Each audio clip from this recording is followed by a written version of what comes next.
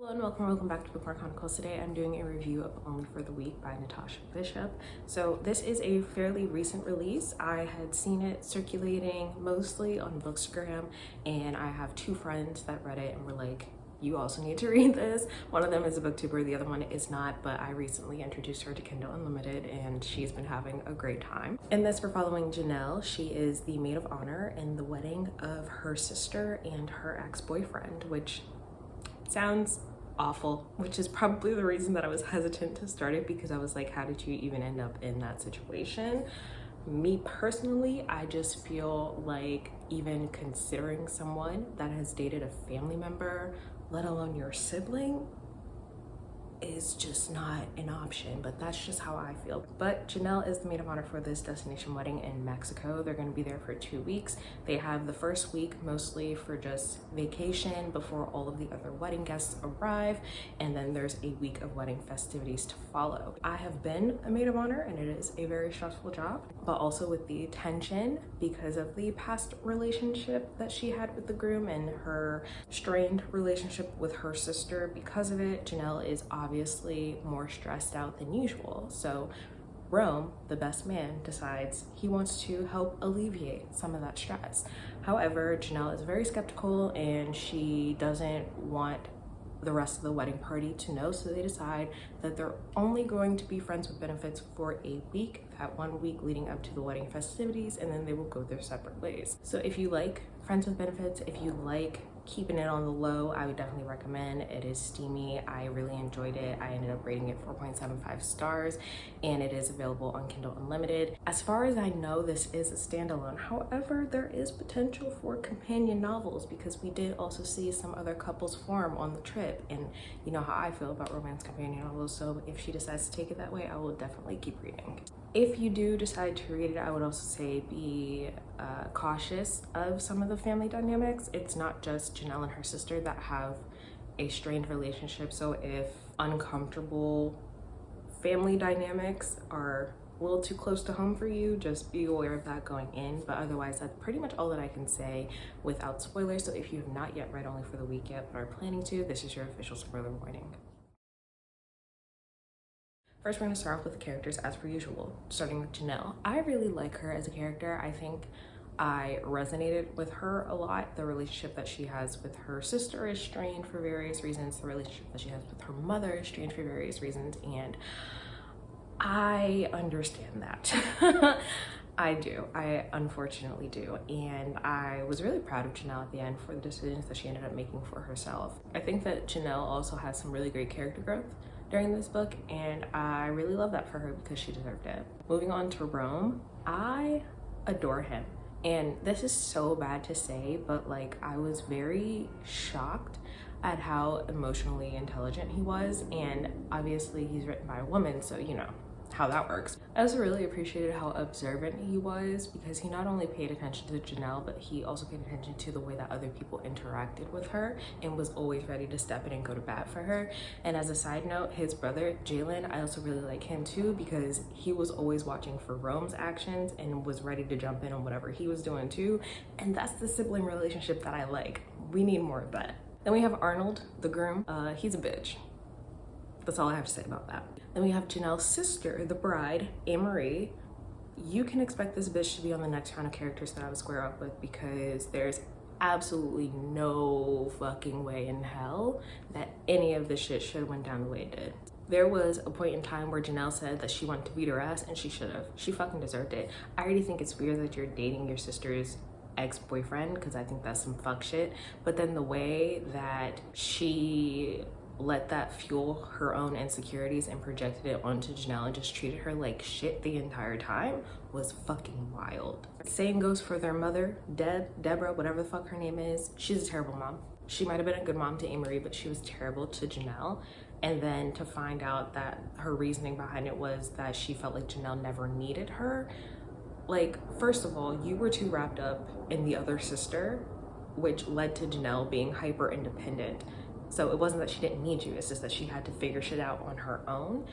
And wanting to constantly break down your child so that you can be there to pick up the pieces is the dumbest fucking thing I've ever heard. So I'm so glad that Janelle ended up going no contact with her, because she fucking deserved it.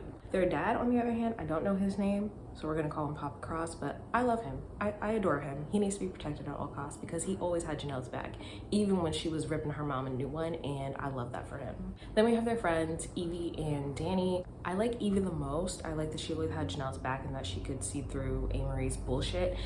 Danny, I didn't love that she was kind of coddling Amory at first, but I'm glad she ended up coming around in the end.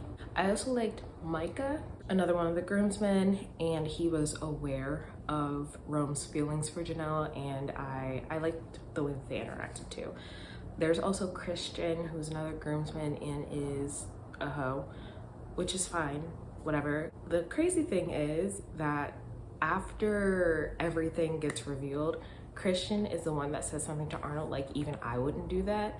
And I'm just like, if this one is telling you you fucked up, you really fucked up. But I think those are all of the characters, and there are some plot points that I wanted to point out. First of all, shit went left real quick. It was like chapter 1 in the airport before they even landed in Mexico. Like, it's one thing to forget to tell somebody something regarding your wedding. I feel like when it comes to travel plans though, like not telling someone that you decided to switch to first class is kind of a big deal. And it's strange to me that you didn't tell your maid of honor. But then for your maid of honor to be your sister, that's not something that you just forget. So that was automatically the first red flag. And I was like, this relationship is not going to last very long, I don't think. The main reason that Rome and Janelle decide to keep their relationship sort of a secret from everyone at first is because Janelle is worried about what other people are gonna say, because everyone, mostly her mom and her sister, have created this narrative that she is so torn up about the relationship with Arnold and she can't handle that he's with her sister and she still has feelings for him and all this other shit.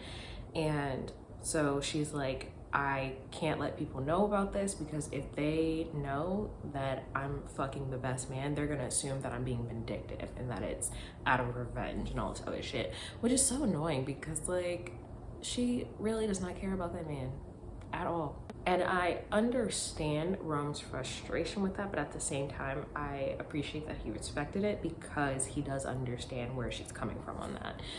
And then the last thing that just like really sent this whole thing over the edge for me, I think, was Arnold getting drunk and making a pass at Janelle. And she told her sister, and her sister's immediate reaction was, I don't believe you. And I'm just like, oh, huh? You're really gonna choose a man over your sister? That just doesn't sit right with me. That whole situation in general just really pissed me off because he was drunk, but he knew what he was doing. He did it on purpose because he was scared. But he says he loves Amory, so like, why would you? What was the reason? I don't understand. Because he's like, I don't want to get out of my engagement. I do want to go through with this. So why would you self-sabotage like that? And then Amory was like, oh no, you're making this up for attention. And the other thing that I like about Janelle is that she's a girl's girl, because when she finds out that Rome had switched seats with a woman because she found out that her boyfriend was cheating on her, and then Janelle airdropped a little Canva thing that she threw together, that was fucking hilarious. Like, I really like her as a character, I really do. But for her sister to be the complete opposite of that, it's just gross. And honestly, I'm surprised that they continued with the wedding. I thought maybe they were gonna call it off, but I don't know. I mean, I guess good for them. And then Janelle is willing to eventually forgive her sister, which I don't know if I'd be able to. Like, I'm not a forgiving person, and I know that about myself, so I don't know, but good for her. She's better than me. As far as dislikes for this book, I really didn't have many.